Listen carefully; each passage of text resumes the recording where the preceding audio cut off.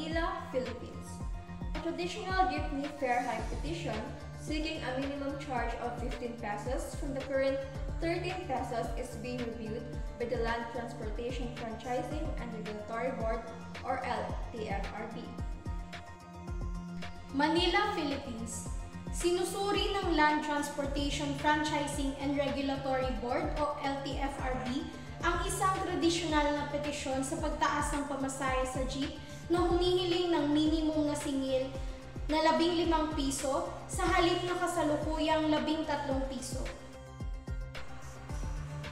According to the government regulator, there is need to strike a balance between addressing the concerns of jeepney drivers and operators and protecting the welfare of commuters will also be affected by the proposed fare increase.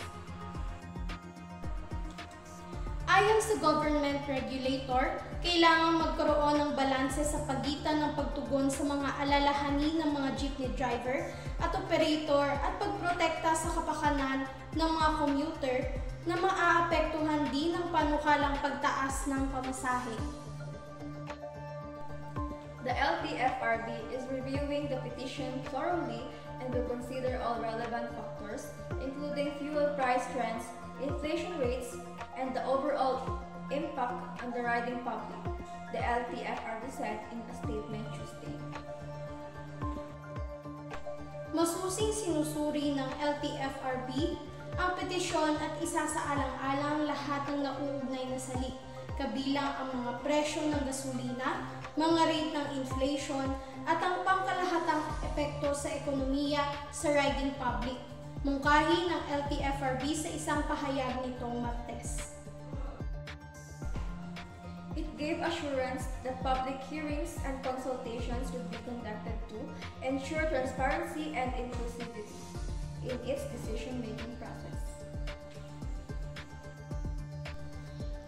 Nagbigay ito ng kasiguraduhan na ang mga pampublikong pagdinig at konsultasyon na isasagawa upang tiyakin ang transparency at inclusivity sa proseso ng paggawa ng desisyon nito. The LTFRB remains committed to delivering solutions that are fair and equitable for both our transport operators and commuters, the LTFRB added. Nananatiling nakatuon ng LTFRB sa paghahatid ng mga solusyon na patas at pantay para sa ating mga transport operator at commuters, dagdag ng LTFRB.